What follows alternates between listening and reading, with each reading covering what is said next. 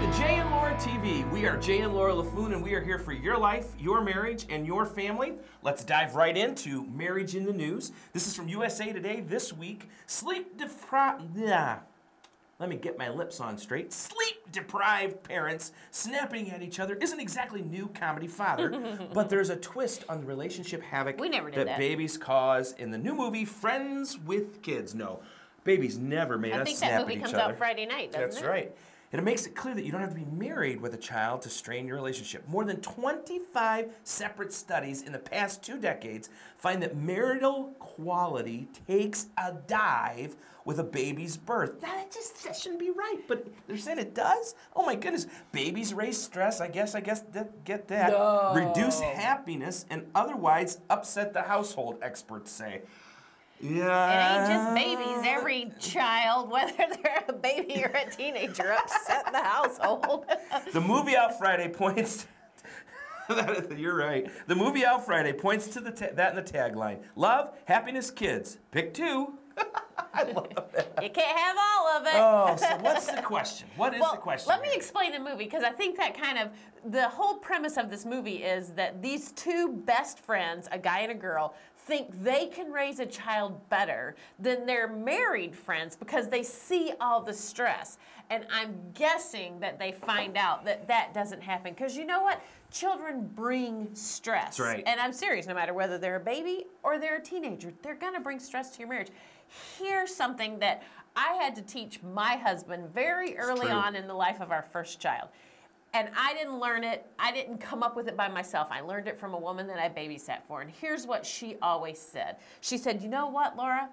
You are not entering the baby's life. The baby is entering your life. And I think what happens is, as parents, we make the child the center of the universe, and we adapt to their schedule rather than making the child adapt to our schedule. We don't want to hear him cry. And we need to make the children eat what we eat. I mean, when they get older, we can't obviously feed them steak when they're 6 months old, but make them eat what we eat, not we're going to eat what they eat. And their life, the world, this is not the child in the world revolving around it. And that's something that really, as parents, you have to understand. I think also in a marriage, you have to communicate expectations to each other. Right.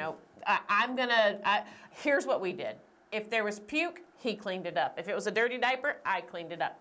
I know that sounds awful, but you know what? That was an expectation. You're going to do it this way. I'm doing it this way. And that's the way we operated. I think that'll help. Stress is going to happen.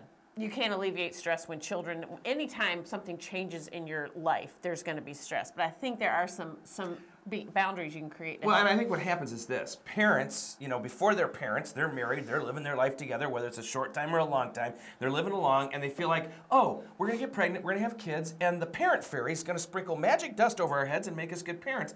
Rather than sitting down, talking about it, making a plan, here are the boundaries we're going to set for grandma and grandpa, here are the boundaries we're going to set for each other, here are the expectations that we have as parents. And yeah, those are going to change when you have sleepless nights or sick kids, but the reality is this: talk about it. Talk about parenting, because it does change the game. Well, how about you tell us the question of the week? Here's the question of the week from you, our viewers, and this one Laura is going to start off with, but here it is. How can you be so happily in love? I know, it's obvious, isn't it? She's so happily in love with me. How can you be so happily in love for a while? And then it seems to fall apart. Can it be fixed? The short answer is yes. Here's what we have to understand. And studies will show this, research that we've done shows us that ooey gooey liver quiver is actually caused by a hormone in your body called serotonin. And guess what? That goes away after 18 months. After 18 months of this bliss, that goes away. Here's what we have to continue. We have to remind ourselves of this fact.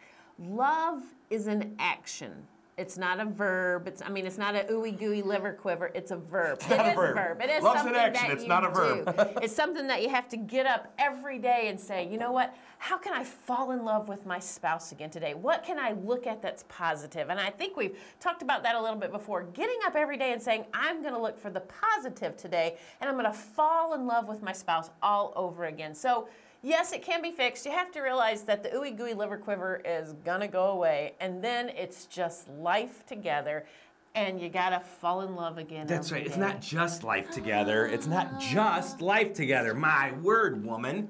Did you hear what's coming out of your mouth? It's just life together? It's life no, together. You have to plan romantic getaways. Okay, take the just out. You have to build the romance in. The word fairy caught me. Oh my gosh. Well, it leads to our Connection Corner this week because one of the things that I have put into practice over the years, and really kind of not on purpose until just this last one, is over the years I try and do something new. About once every 2 to 3 years, I try and add a habit that I consciously think about that I know is going to please Laura, that I know is going to make her, smile or feel more loved. And the most recent one, I got to give credit to our manager. Our manager was with us in Houston a couple weeks ago, and prior to that, we had seen him with his wife. And one of the things that we saw about Mike was this: that whenever he was with his wife, he would open and shut doors. He was a good Southern gentleman. Not just, the door to the house or the door to the church or the door to the mall, but more importantly, the door to the car. Yes, instead of going on separate sides of the car, he would walk to her side, open it up, let her in, he would shut it, and boom. And he would do that for me when we were in Houston. Mike was opening my car door and helping me, and no, not Jay. Jay was walking around to the other side and getting himself So in the what car. did I do this last weekend when we were in Alberta, Canada, and up in Edmonton? I started opening the car door for Laura. I told her, don't get excited. Probably won't happen when we're home, but when we're on the road, I'm going to consciously make an effort to open that door for her. Small steps. But you know what? It isn't just the men that need to try and add new things every couple of years in order to please their wife. But women, we need to do the same. I know early on in our marriage, I had to make a conscious effort not to bring a book to bed because I like to read at night, and I had to make a conscious effort and start developing that habit. All kinds of habits. Just think about today. What is something you could start that would mean the world to your spouse and would communicate that you love them? Maybe it's you start making the bed for your spouse because your spouse always makes the bed, or bringing them a cup of coffee. It doesn't have to be anything huge. But you have to make the bed right if you're going to make it. This is true. I didn't make the bed right at first. But anyway, that's our Connection Corner tip for the week, which leads us right into what? Our trip to Canada. Real life with the Laffoons. Oh my goodness. Now let me tell you this, ladies. I'm just going to talk to you here. I'm married to a man who thinks he doesn't make very many mistakes.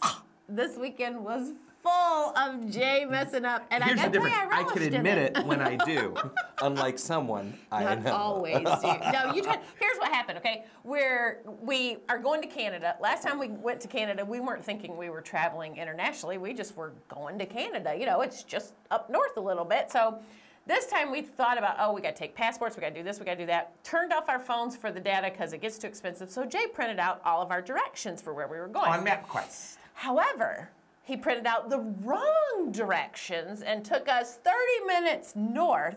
And in that, you tried to take responsibility for it. No, you didn't. You tried to blame it on MapQuest. MapQuest took us 45 minutes out of our way. No, you put the wrong I've address now in. taken responsibility for it. And he also forgot our performance clothes one day when we were heading someplace and made us an hour late. Let's see, what else did we do? But here's the deal.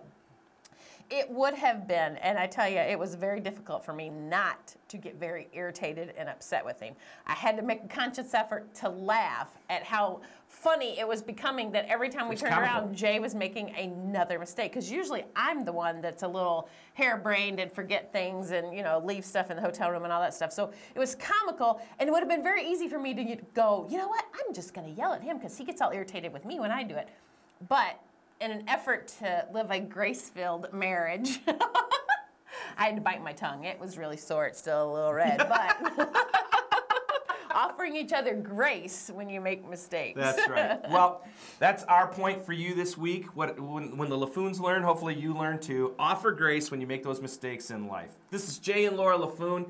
This is Jay and Laura TV. We're here for your life, your marriage, and your family. Have a great week.